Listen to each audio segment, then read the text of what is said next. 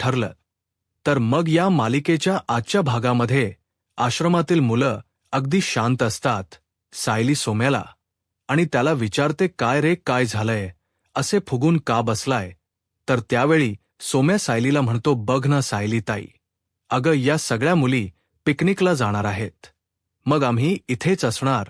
मग आम्ही काय करायचे. सायली म्हणते, पिकनिक. तर त्यावेळी कुसुमताई म्हणतात की हो, म्हणजे मानसीच्या भरतकाम आणि विणकामच्या क्लासमध्ये मी या सगळ्यांची नाव नोंदवली होती. आणि त्यावेळी या मॅडम म्हणाल्या होत्या की एका दिवसाची पिकनिक जाणार आहे, परंतु ती आज जाणार आहे, असं ते म्हणाल्या नव्हत्या. तर त्यावेळी सगळ्या मुली आपापल्या बगा घेऊन बाहेर येतात. तर मानसी म्हणू लागते, कुसुमताई, अगं असं काय करतेस. मॅडम म्हणाल्या होत्या की पिकनिक आजच जाणार आहे. आज आमची पिकनिक जाणार आहे कर्जतच्या फार्म हाऊसवर वर, आणि संध्याकाळपर्यंत आम्ही परतही येणार आहोत. त्यामुळे सायली ताई, आम्हाला पिकनिकला जायला देशील ना ग. तर सायली म्हणते, पण कोण कोण जाणार आहात तुम्ही. तर त्यावेळी मानसी म्हणते, आम्ही सर्वच जण जाणार आहोत आणि आम्ही लगेच संध्याकाळी परतही येणार आहोत. बोला ना मुलींनो. तर त्यावेळी सर्वच जण एकदम गोंधळ घालतात आणि म्हणतात की हो, आज आम्हाला पिकनिकला जाऊ दे सायली ताई. तर कुसुमताई म्हणतात, पण ती पिकनिक आज आहे हे मला माहीच नव्हतं. खरं तर माझ्या ऐकण्यातच काहीतरी गोंधळ झाला असावा. तर मधुभाऊ म्हणतात, मुलांनो, पिकनिकला जायला काही हरकत नाही, पण खर्चाचा प्रश्न तर येतोच ना. तर त्यावेळी सायली म्हणते, मधुभाऊ, खर्चाचा विचार नका करू आता. सायली मानसीला म्हणते, मानसी, तुझ्या मॅडमचा नंबर असेलच ना तुझ्याकडे. तर मानसी म्हणते, हो सायली ताई, असो म्हणत मानसीकडे असणारा तिच्या मॅडमचा नंबर मानसी सायलीला देते. सायली आता मॅडमला फोन करते. मॅडम म्हणतात, हॅलो, बोला. तर सायली म्हणते, हॅलो, मी सायली सुभेदार बोलते, मानसीची ताई. आजच्या पिकनिकबद्दल मला विचारायचं होतं. तर मॅडम म्हणतात की हो, आज आमची पिकनिक जात आहे, कर्जतला जात आहोत एका दिवसासाठी. या सगळ्यातून मुलींना एक दिवस आराम मिळावा आणि त्यांना मौज मजा करता यावी, यासाठी आम्ही ही पिकनिक आयोजित केली आहे. आणि या पिकनिकमध्ये मी सुद्धा असणार आहे. सायली म्हणते, पण मॅडम, काळजी करायचं काही कारण नाही ना. तर मॅडम म्हणतात की नाही नाही, तुम्ही अजिबात काळजी करू नका, मी असणार आहे.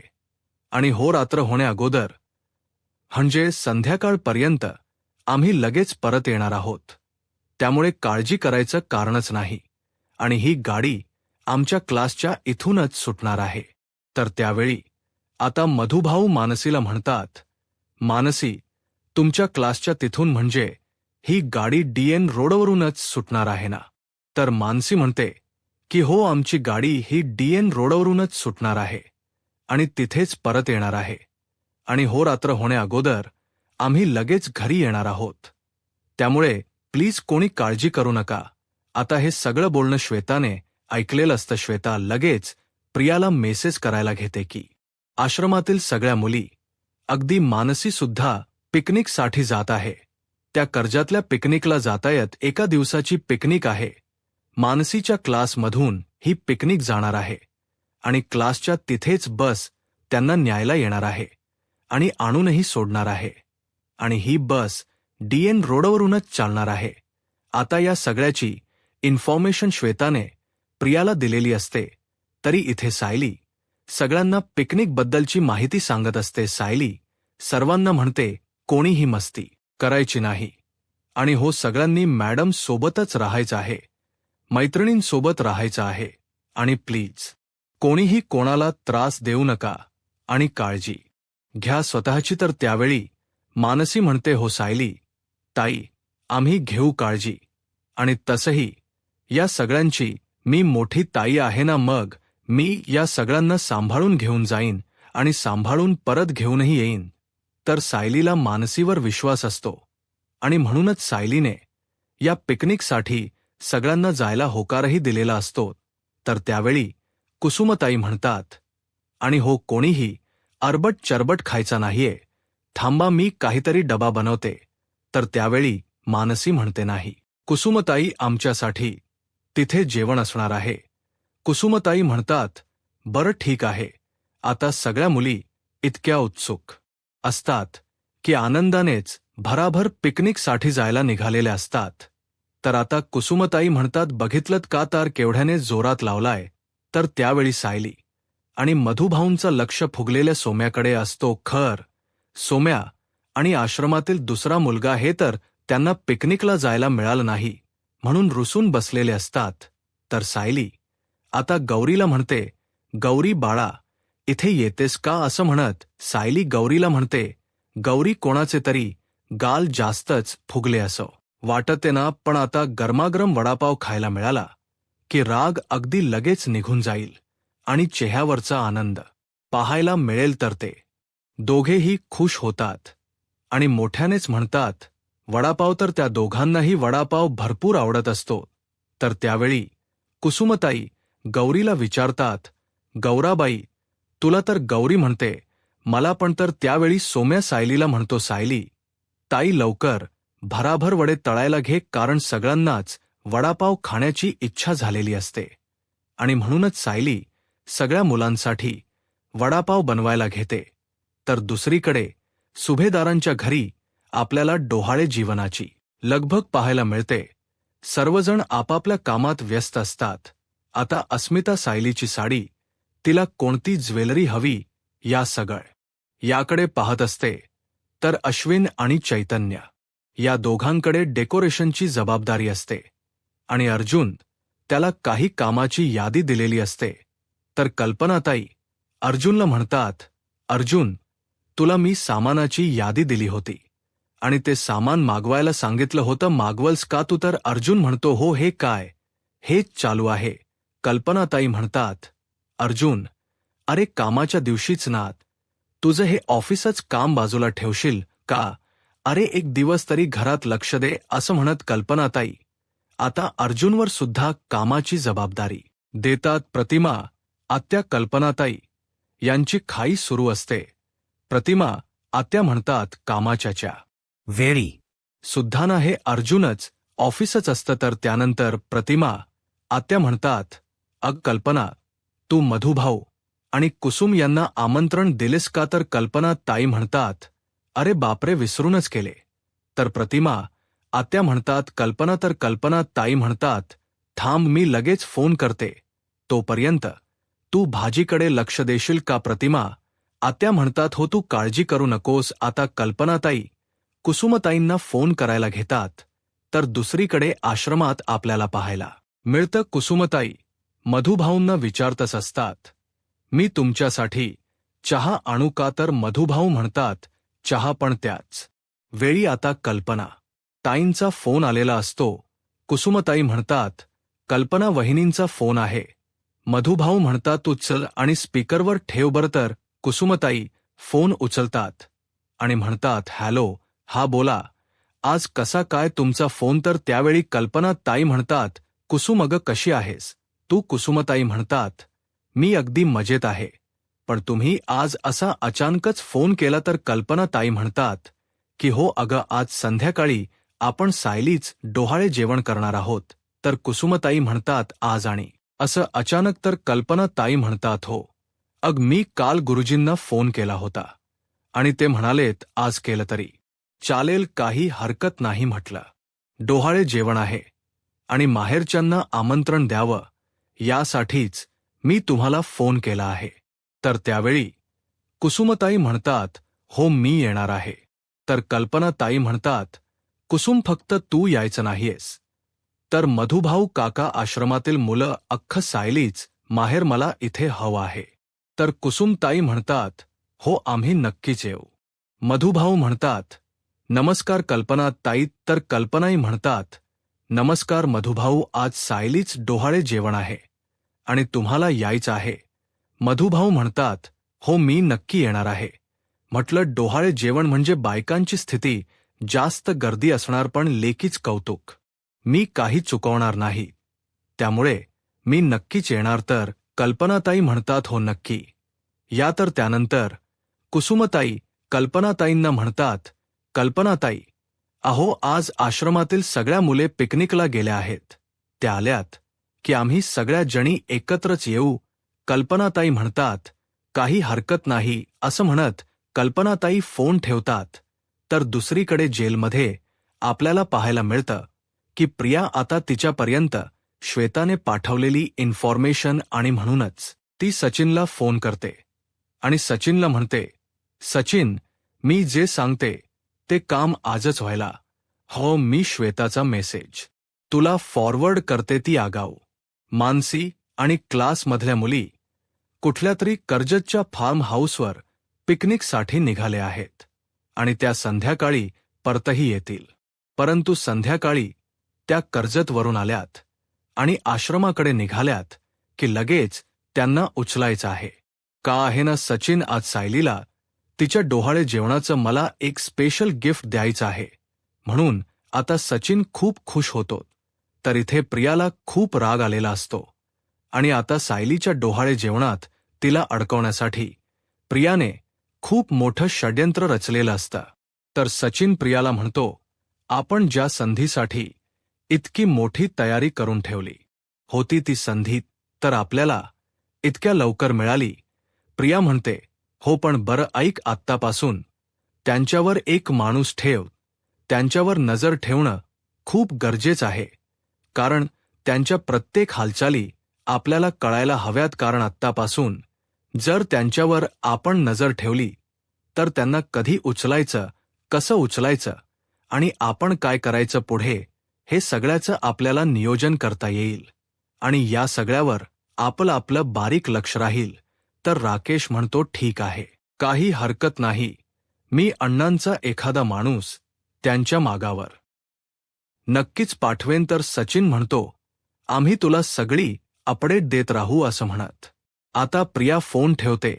दुसरीकडे आता सुभेदारांच्या घरी आपल्याला पाहायला मिळतं सायली संकटच स्वतः सोबत घेऊन आलेली असते.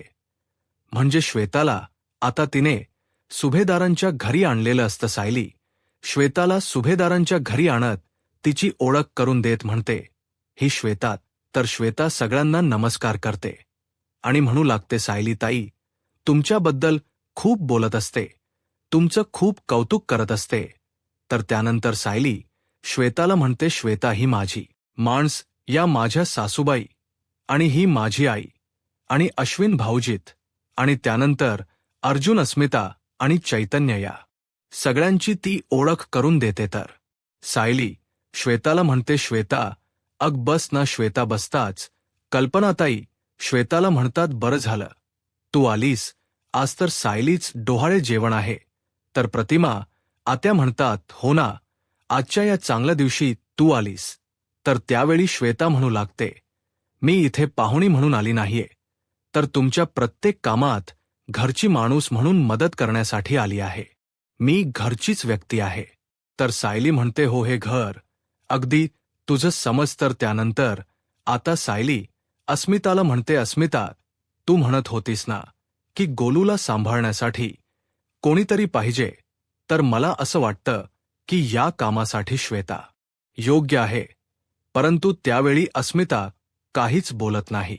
सायली म्हणू लागते, श्वेता अगदी आईच्या मायेनेच गोलूला सांभाळेल. तर अर्जुन म्हणतो, हो अस्मिताई, मी श्वेताला पाहिलं आहे. श्वेता आश्रमातील लहान मुलांची खूप छान पद्धतीने काळजी घेते. तर अस्मिता म्हणते, पण सायली. तर सायली म्हणते, अस्मिता, तू अजिबात काळजी करू नकोस. आता सायलीवर विश्वास असल्यामुळे अस्मिता सुद्धा या गोष्टीसाठी तयार होते आणि यानंतर गोलूची जबाबदारी अस्मिता आता श्वेतावर द्यायला तयार झालेली असते. तर दुसरीकडे आपल्याला जेलमध्ये पाहायला मिळतं प्रिया कॉन्स्टेबल मॅडमचा मोबाईल देते आणि मनाशीच म्हणते, सायली, आज तुझं डोहाळे जेवण असं काही साजरं होईल ना की तुझ्याच काय, तुझ्या बाळाच्या सुद्धा आयुष्यभर लक्षात राहील. तर आता कॉन्स्टेबल मॅडम प्रियाकडे पाहतात आणि प्रियाला प्रश्न करत म्हणतात, प्रिया, सगळं तर तुझ्या मनासारखं घडतंय, मग तरी सुद्धा तुझं तोंड वाकड काक. तर त्यावेळी प्रिया रागानेच कॉन्स्टेबल मॅडमना म्हणते, काय घडलंय? माझ्या मनासारखं सांग ना, काय घडलंय? माझ्या मनासारखं माझ्या मनासारखं काहीही घडत नाहीये. तिथे ती सायली, तन्वी म्हणून बसली आहे आणि ते सुभेदार सगळे जण तीच कौतुक करत असतील. तिचं कौतुक करून ते थकणारही नाहीत. आणि मी, माझी काय अवस्था झाली इथे नाही, आता मी हे सहन करणार नाही, आता मी त्या सायलीला संपवून टाकेन असं म्हणत प्रिया राग व्यक्त करत तिथे सगळ्या असणाऱ्या वस्तू अस्ताव्यस्ता फेकू लागते. सायलीमुळे मी जेलमध्ये सडते, हे सगळं काही तिच्यामुळे घडत असं म्हणत प्रत्येक वस्तूंवर प्रिय राग व्यक्त करत असते आणि म्हणू लागते, नाही, मी तिला सोडणार नाही, तिच्यामुळे मी अशी जेलमध्ये चढते, तिच्यामुळे माझं आयुष्य उद्ध्वस्त झालंय, आता मी तिला सोडणार नाही, सोडणार मी तिला. आता कॉन्स्टेबल मॅडम रियाला शांत करण्याचा प्रयत्न करत असतात, पण प्रिया इतकी पॅनिक झालेली असते की कोणाचं काही ऐकून घेण्याच्या ती मनस्थितीतही नसते. सायलीला नाही सोडणार, नाही सोडणार असं म्हणत प्रिया तिथे असणार मडकसुद्धा फोडते आणि त्या मडक्याचे तुकडे झालेले असतात आणि त्यातीलच एक तुकडा हातात घेऊन ती भिंतीवर लिहिते, सायलीला मी बर्बाद करणार. आणि त्यावेळी तो तुकडा इतक्या जोरात ती हातात पकडते की तिच्या हातातून रक्त येत असतं. त्यावेळी कॉन्स्टेबल प्रियाला थांबवतात आणि म्हणतात, प्रिया ग, काय करतेस तू, हे बघ, हातातून रक्त आलंय. आता प्रिया ते हातावरच असणार सगळं रक्त आपल्या तोंडाला लावते आणि म्हणू लागते, मी सायलीला सोडणार नाही, मी सायलीला बर्बाद करणार, हे सगळं काही माझं होतं, मी तन्वी होते, माझं सगळं ऐश्वर्य तिने हिरावून घेतलंय, आता नाही, मी तिला सोडणार, आता माझी जागा कोणीही घेऊ शकत नाही, ती तन्वी नाही, मी तन्वी आहे. प्रिया खूप राग व्यक्त करत असते. सायलीच्या प्रतितीचा असणारा सगळा राग ती व्यक्त करत असते आणि आता सायलीला बर्बाद करण्याचा तिने जणू विडाच उचललेला असतो. तर दुसरीकडे सुभेदारांच्या घरी आपल्याला पाहायला मिळतं की आता अस्मिता श्वेताला म्हणते, श्वेता, हे बघ, मी गोलूची जबाबदारी तुझ्याकडे देते, पण गोलूला नीट सांभाळ, त्याच्या खाण्याच्या वेळा, त्याची झोपण्याची वेळ आणि त्याचं खेळणं, हे सगळं अगदी नीट बघावं लागेल. तर श्वेता म्हणते, अस्मिता ताई, तुम्ही अजिबात काळजी करू नका, गोलूची मी अगदी व्यवस्थित काळजी घेईन, मी आता घेऊ का गोलूला. तर अस्मिता म्हणते, अग, लगेच नाही येणार, आणि आता त्याला समजायला लागलाय, शिंग फुटली, त्याच्यामुळे जरा रडून वगैरे दाखवेलच. तर आता अस्मिता म्हणते, तरीसुद्धा तू प्रयत्न करून बघ. तर श्वेता आता चैतन्यकडे असणाऱ्या गोलूला घ्यायला जाते आणि गोलू अगदी शांतपणे श्वेताकडे येतो सुद्धा आणि हे पाहून घरातील सर्वांनाच आश्चर्य वाटतं. श्वेता एवढ्या आवडीने त्याच्याशी बोलत असते आणि म्हणते, गोलू बाळा, तुला शिंग फुटली आहेत, मम्मा बोलते, तुला शिंग फुटली आहेत, बघूयात बरं आपण कुठे आहेत. ती शिंग असं त्याच्याशी बोलत त्याला आपल्याकडे घेते. श्वेताने एवढ्या छान पद्धतीने लळा लावलेला असतो की सर्वजण श्वेताकडे पाहू लागतात. तर चैतन्य म्हणतो, या गोलूला मी त्याच्या जन्माच्या अगोदरपासून ओळखतोय आणि तरीसुद्धा माझ्याकडे येण्यासाठी याचे इतके नखरे असतात आणि श्वेताकडे अगदी पटकन गेलाय, सदा रडलं सुद्धा नाही. तर सायली म्हणते, बघितलंस ना अस्मिता, मी तुला म्हणाले होते की श्वेता लहान मुलांना लगेच लावते आणि लहान मुलंही तिच्याकडे अगदी प्रेमाने जातात, त्यामुळे तू अजिबात काळजी करू नकोस. अस्मिता सुद्धा खूप निवांत होते. तर श्वेता म्हणते, हो, आजपासून गोलूची जबाबदारी माझी, तुम्ही कोणीच काळजी करू नका. तर कल्पना ताई म्हणतात, श्वेता, आता तू गोलूला बघशील का, म्हणजे अस्मिताला तीच आवडता येईल.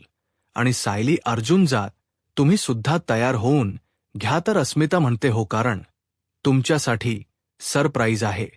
तर अर्जुन म्हणतो, सरप्राईज. तर कल्पना ताई म्हणतात की हो, आम्हा सर्वांकडून तुम्हा दोघांसाठी एक खास सरप्राईज आहे. अर्जुन म्हणतो, काय आहे, बघू तरी द्या, चल. बायको असं म्हणत आता अर्जुन सायलीला रूमच्या दिशेने घेऊन जात असतो. तर सायली अर्जुनला म्हणते, अहो मी मानसीच्या मॅडमला जरा फोन करू का, तर अर्जुन म्हणतो फोन नाही केलास तर तुला चैन पडणार आहे का, कर फोन. तर आता सायली मानसीच्या मॅडमना फोन करते आणि म्हणते, हॅलो मॅडम, मी सायली बोलते, तुम्ही पोहोचलात का. तर त्यावेळी त्या मॅडम म्हणतात, नाही, परंतु थोड्याच वेळात आम्ही पोहोचू. तर सायली म्हणते, बाकी काही प्रॉब्लेम नाहीये ना, मुले खुश आहेत ना. तर मॅडम म्हणतात, हो अगदी खुश आहेत, थांबा मी मानसीकडे देते.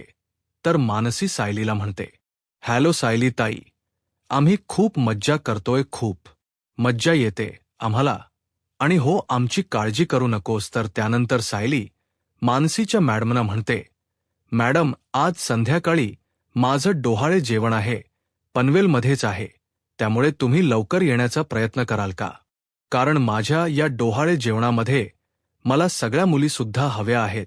तर मॅडम म्हणतात की हो, संध्याकाळ होण्या अगोदर आम्ही पनवेलला पोहोचूच. सायली म्हणते, बरं ठीक आहे, असं म्हणत सायली फोन ठेवते. अर्जुन म्हणतो, बरं झालं का बोलून. सायली म्हणते, हो झालं बोलून, असं म्हणत सायली आणि अर्जुन त्यांच्या रूममध्ये निघून जातात. तर अश्विन, चैतन्य आणि अस्मिता तिघही आता डोहाळे जेवणासाठी डेकोरेशन करत असतात. सगळ्यांचीच लगभग धावपळ सुरू असते आणि त्यात त्यांना श्वेता ही मदत करत असते. गोलूला सांभाळत ती घरातही मदत करत असते आणि आता गोलू श्वेताकडे इतक्या छान पद्धतीने रोळलाय हे पाहून अस्मिताही खुश होते. तर दुसरीकडे जेलमध्ये आपल्याला पाहायला मिळतं रक्ताने माखलेली प्रिया आता आपलं तोंड स्वच्छ करून घेते. त्यानंतर पावडर वगैरे लावून तयार होत एकटेच फोटावरून हात फिरवत कोणीतरी येणार ग, हे गाणं म्हणत असते आणि म्हणते, मी सुद्धा सुभेदारांची सून आहे, म्हणजे माझे सुद्धा हट्ट पुरवले जायला हवेत. सायलीच डोहाळे जेवण होत्य तसं माझंही व्हायला पाहिजे, पण आम्ही दोघीही सुभेदारांच्या सुना म्हटल्यावर सगळं सेम सेम असायला हवं ना. मग एक तर मी तिथे जायला हवं नाही, तर मग तिनेच तिथे यायला हवं. असं म्हणत प्रिया आता कोणीतरी येणार या गाण्यावर डान्स करू लागते. तर त्यावेळी कॉन्स्टेबल मॅडम त्या ठिकाणी येतात आणि म्हणतात, प्रिया अगं काय चाललंय तुझं, कसली नाचतेस तू, अगं तुला 7वा महिना लागलाय कळते का तुला. तर त्यावेळी प्रिया कॉन्स्टेबल मॅडमना म्हणते, 7वा मग 8वा मग 9वा आणि मग सुभेदारांचा वारस जन्माला येणार आणि तो सुभेदारांचा वारस मी देणार आहे.